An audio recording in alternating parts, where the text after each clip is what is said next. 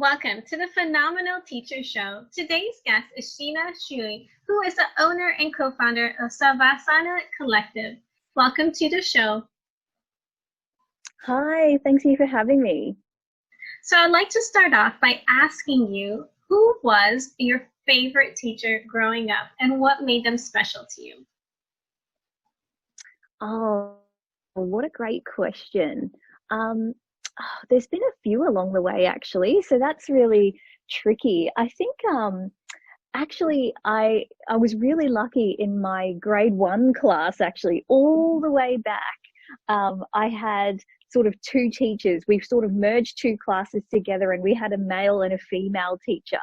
And back then, in the very early 90s, it wasn't a very lot of male teachers in my school, and they were brilliant. They were so lovely, and I was a very shy kid, and so it was just lovely to have them really connect with me and bring a little bit more of me out there, because I didn't have any siblings close in age or anything like that. So yeah, they were amazing, and they talked to us really openly at such a young age, which I think a lot of teachers weren't doing, about things like bullying and calling each other's names and all that sort of thing. So I just thought that was great. It's so early in the education realm. So yeah. Yes, I could definitely see how, they both had an impact on you and formed you into like this little girl at first grade of knowing, what to say, how to treat other people, how to get along.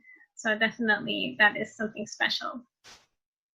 Now, I wanted to ask you, how did you become, the owner and the co-founder, and how did you come about being part of like this realm of wanting to help parents with their children? I guess it's a bit of a journey, if I'm honest.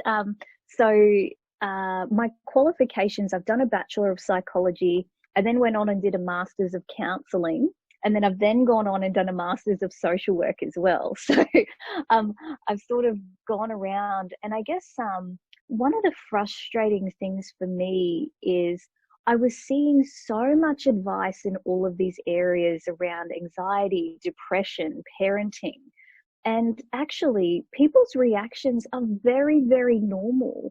But I saw a lot of people, businesses actually exploiting that, and sort of selling psychology, but like second-rate psychology courses, or, just they weren't offering quality, and they weren't normalizing that experience. Because honestly, if life is stressful, it is normal to feel stressed. It's not something wrong with you or broken with you if you're feeling stressed in a stressful situation.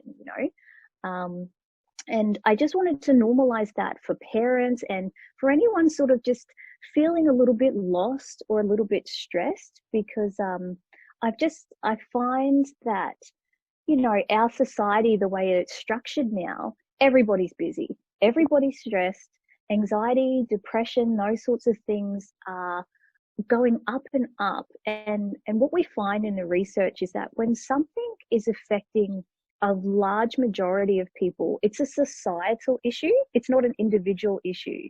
Do you get what I mean? So yes.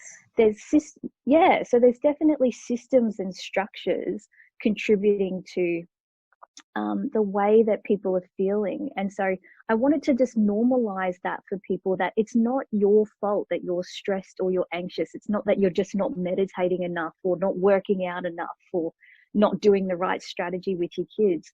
There's a lot of societal pressure, and I wanted to take that guilt away from parents and away from people, because I've been there. I get it, so it's a nice weight to be able to lift off people and yourself when you realize, like, hey, other people in this exact situation would be feeling the same way as I am. It's not something wrong with me, or I'm not handling it enough. Does that make sense? Oh, definitely. Like, I could definitely see how a person will blame themselves. Like, I went through severe teacher burnout my last year of teaching, and I did think there's something wrong with me. Like, why do I lack the motivation? Why am I not passionate enough? Why don't I have enough energy? And the blame was constantly onto myself of not feeling as if I'm fulfilled, or feeling as if what I'm Mm. doing is making a difference. And I know that sounds a bit strange. You're like, well, Diana, how could you not be making a difference? You're a teacher. Of course you're making a difference. But it wasn't the kind of impact that I wanted to make, because it wasn't coming out of a happy state. It was more of a survival state when you're, dealing with constant stresses and overwhelmment of being a teacher these days. So what Mm. I'd like for us to dive deeper into is this idea around being unhappy, but knowing that it's just a social structure of being unhappy, meaning there's too many circumstances and outside factors that are causing us to become in the state of unhappiness. Yeah, yeah, 100%. I completely agree with you. And I'm not sure, Diana, if you have children of your own, but I, and so you do. So I myself have a toddler, and I think that I was talking about this with some friends and some colleagues around. Nowadays there's this idea that women are meant to be working and contributing, but there's when we look at the research and the statistics, women are still majority doing the cooking and cleaning and doing all the child rearing. So, 50 years ago, we might have doing one or the other, but not both. Whereas there's this pressure for us to work, cook, clean, look good, take care of ourselves, exercise, meditate. It's just too much. And I think there's so much pressure from social media and all of that, that if you're not feeling a little bit of pressure and stress, then good on you. But also, I think that's such a common phenomenon now. And we almost need to unnormalize this busyness and this lifestyle. There's a really good analogy that I've heard Bruce Lipton talk about, if you're familiar with him at all. But he talks about our our DNA is like an angry teenager caught in a room. And what he means by that is that um, our DNA, we are not meant to be indoors most of the time. We're not meant to be away from our friends and our family most of the time. We're meant to be around our tribe. And if you look at our DNA, the way that our society is structured in terms of working life and work-life balance, and the level of exercise we get and the amount of outdoors that we get, it is not aligned with what our DNA and our brain wants.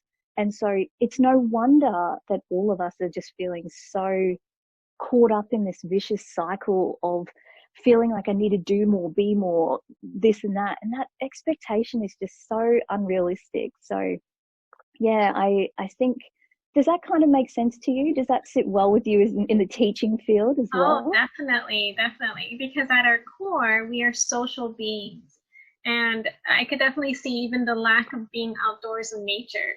And I think that, COVID has had a good impact. I mean, despite, the health issues and that, but I think that it really forced us to slow down and reevaluate what's truly important in our lives, who the people are that are important, and how we want to allocate this precious time that we do have, instead of being on the go, on the go, on the go. And even as a parent, I'm sure that teachers can relate to this, that I always felt like I was like the chauffeur, like after school, like now I'm driving to martial arts or to music lessons, or, taking them to a friend's house. And it's just never really just to just stop going and doing and trying to be, Yeah. this mom, this teacher, this wife, and then really trying to figure out, for me, like who am I, in all of this, in the scheme of life, and what truly brings me joy and happiness,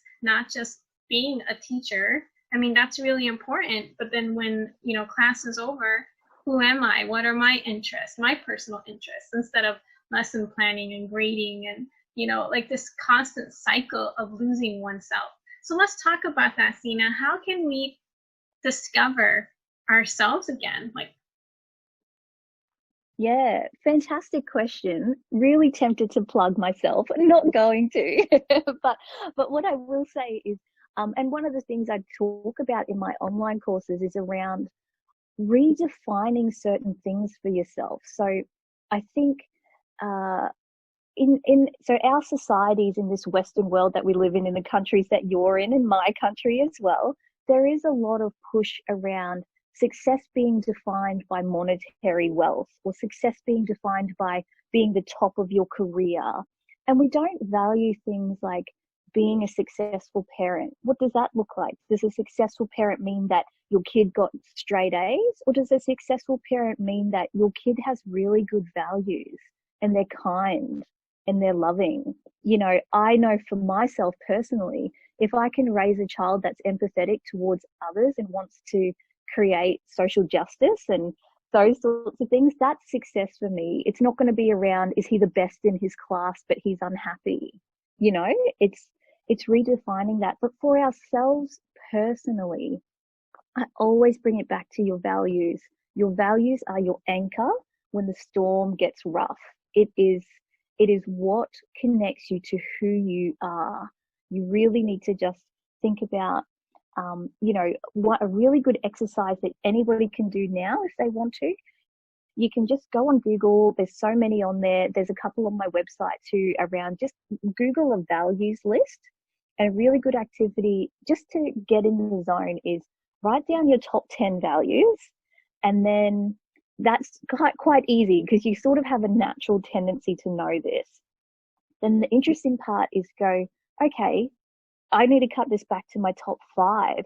Now that can be sometimes easy because you'll find things overlap, like if you chose love and compassion or respect and integrity. Sometimes they might be slightly different to you, but you might be able to merge them into one. And then the hardest part is going from 5 of your top values to your top 3. Now this takes time, but if you can go to your top 3 values, that is going to be your core. So for example, Diana, I'm not sure what yours are, but let's say your top 3 values are love, integrity, and I'm not sure, honesty, or, integrity and honesty are the same, but you get where I'm going with this. So, those sorts of things, or openness. So love, integrity, and openness. You need to have that as your anchor in every aspect of your life. So as a parent, are you going to show love to your child? Are you going to have integrity and say, look, I'm sorry that I got angry. Mummy's had a big day. Being honest, because sometimes parents don't have that. Also, as a teacher, bringing that love and integrity and, openness into the classroom. Now, people get very sensitive about bringing love into their professional life. Like, oh, I'm not comfortable with that. That's strange. But it doesn't need to be, showing affection and those sorts of things. But it's really just about, I'm going to act in an empathetic way in the classroom. It's really easy to get frustrated by the child who's acting out, or the child who constantly says the same thing over and over, or the child that's just angry all the time. But if you bring love into that space, that empathetic nature, and go, I know there's something bigger here, and I need to be, accepting and loving towards that, and open to learning from them, open to learning what's going on in their world, in their mind, and open to bringing integrity to the classroom and sort of saying, let's have a discussion as a class around what's going on. If you're noticing lots of children, everyone's having a bit of a bad day, just pause for a moment. It doesn't take a lot to just take 10 minutes out of the session and just go, hey, everyone, like, what is going on? What happened? Did something happen over lunch? Because I think often we try to pretend that anger or that whatever's going on, that disruptance in the classroom's not existing, and just push through the content. But I think kids really not love it when someone acknowledges the elephant in the room. They absolutely do. So, and adults as well. So instead of pretending it's not there, not acknowledging that. But again, that's just an example of, if you are solid on your values and you know them and you bring them into every aspect of your life, you'll live a life of alignment and integrity, and that will be your core. You can go home exhausted at the end of the day, but you'll know, I'm proud of myself today. You're not going to go, oh, I was rude, shouldn't have done that, I was angry. You know what I mean? Does that Yes. kind of make sense? So once we identified, our top three core values and tried to instill them in our lives, what kind of effect do you notice, with some of the students that you've worked with through your course on the rest of their lives, like between their relationships or their work setting and their classroom atmosphere? I mean, is there any stories that really stick out to you? I think it's around exactly what you're saying that happened a little bit with coronavirus and COVID-19 is people, once you have your center, when you know your center and when you know your core and you have that balance, you start to notice what areas of your life are not balanced. So, for example, that could be, let's say you start living with those three core values again of love, integrity, and openness. But unfortunately, you have a relationship that doesn't align with that, or is not aligning with that. It starts to make you realize, okay, I either need to work on my relationship so our values align, because you're not always going to have the same core values as your partner. But if you can align them in a way that works and complements each other, that's great. But let's say your value is integrity. That's a really big core value to have. That means that you act like in an honest way and you don't beat around the bush, or you might be just, if something's off, you acknowledge that. If you have a partner who likes to push things away and push things down and not talk about things, you're going to notice that when that is a big part of you. In terms of teaching as well, or professionalism, when you know your core values personally, it affects how you parent, and realizing, oh, this is great. I feel like I'm in alignment in my parenting with my values. Or you can tell when you've just not, when you feel it, you feel that yucky, uncomfortable feeling. But that is where the change happens. So in the therapy room, we always talk about creating that uncomfortableness, because when you can create that uncomfortableness, you realize something's off, and that's what facilitates change. And so when you go into every day and every aspect of your life with your guiding framework of love, integrity, and openness, when you're being forced to act in a non-integrous way, or when you're being forced to act in a way that is not loving, or isn't open, where you have to have a closed mindset, or you're coming across people who are very closed, that's teaching you something. That's teaching you, oh, I'm very uncomfortable with this. I need to find a way to change that. Or I just need to cut this part out of my life, or I need to edit it in a way that I'm okay with this. Do you get what I mean? But if you have that framework going into every aspect of your life, then you can feel what's off balance. And then the things that are balanced, you really are grateful for them, because you just feel alive. And that weight of stress and anxiety and depression and all those things coming up just isn't there as much. You feel it. So how can we edit it out? There's something that you said that I think might need clarification to our listeners. So once we identified it, you mentioned we could edit it, but what does that look like?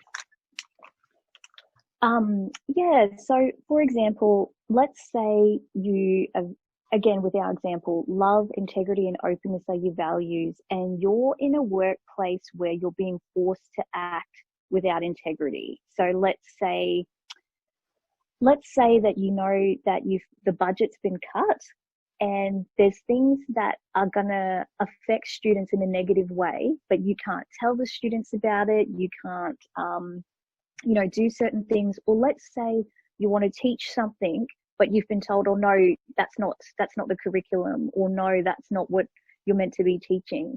You instantly get that feeling in your chest or your throat, that feeling when you go, oh goodness, that does not sit well with me. That is not part of who I am. And that moment, you can't just quit your job. You've got bills to pay. You can't just go, well, screw it. I can't just do whatever I want to do in that classroom. I still have to keep my job. So, but maybe it's around editing it in a way where you can meet the best of both worlds. So maybe it's meeting the needs of the school while still incorporating what you want to in a little way. Or maybe it's going, actually, I love these students, but this school is not for me anymore.